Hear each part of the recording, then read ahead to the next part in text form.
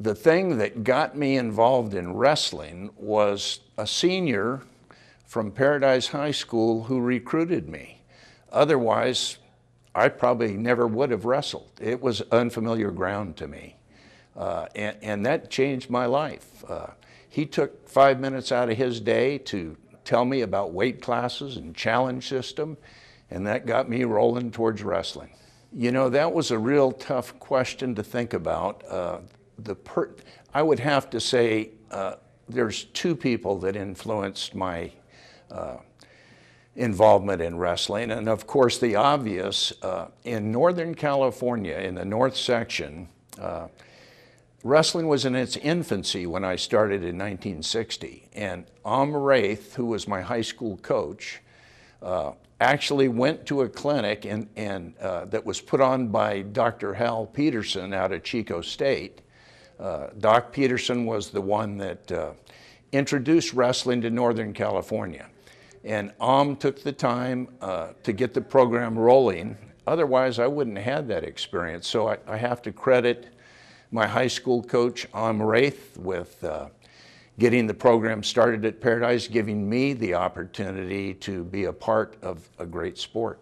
I think probably my greatest hero during the time that I was starting to coach, just got done wrestling, was Dan Gable.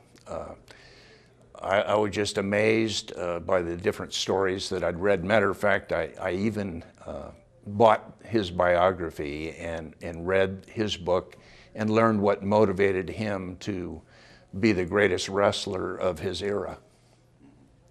So I would say yes, Dan Gable, and of course I ran home from football practice at Wenatchee and so I could watch him compete in the Olympic Games in Munich in '72.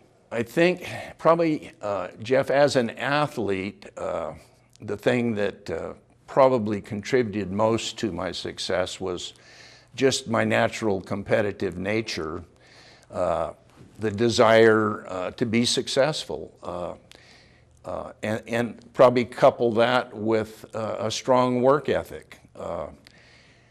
As a coach, I think the thing that contributed most to my success was probably my attention to detail. I think I was a much better coach than I was an athlete. Because I started out in the North section, wrestling was pretty much in its infancy. I was starting way behind the pack. And so I really had to struggle to bring myself up to par where I could compete at the collegiate level. In doing that, I had to gain a lot of technique that I didn't have previously. And I think what that did, when I say attention to detail, I used to spend hours in my practice preparation. I didn't want any minute to be wasted. And I think that paid off. I think, again, because I had to work so hard to master the technique, I think that made me a much better teacher. One of the things that obviously I'll never forget was when I had the opportunity to watch one of my former wrestlers, Tim Vanny, compete on the world stage. I had the opportunity to go to Seoul, Korea and watch Tim wrestle. I didn't have the opportunity to watch him in Barcelona, but I would have to say that watching the Olympic Games and watch Tim compete so successfully in Seoul, Korea made me feel a great deal of pride to having had the opportunity to give him a foundation and let him grow way beyond that from that point. I would not change a thing about the way I approached wrestling, both as a competitor and as a coach. I put my heart and soul into both areas, and I have absolutely no regrets. I think I would like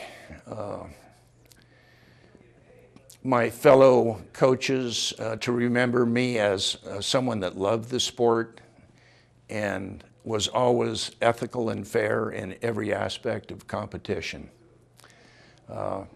As far as my athletes, I would like them to remember me as a very good teacher of technique and someone that didn't care just about how well they performed on the mat, but what they became as human beings.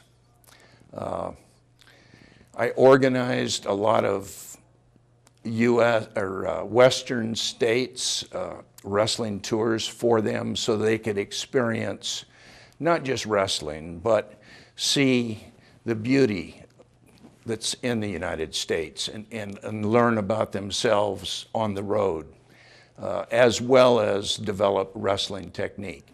But again, I would like them to remember me as someone that cared about them as human beings and how they progressed in their life beyond wrestling. Congratulations. Thank you so much. I feel so honored.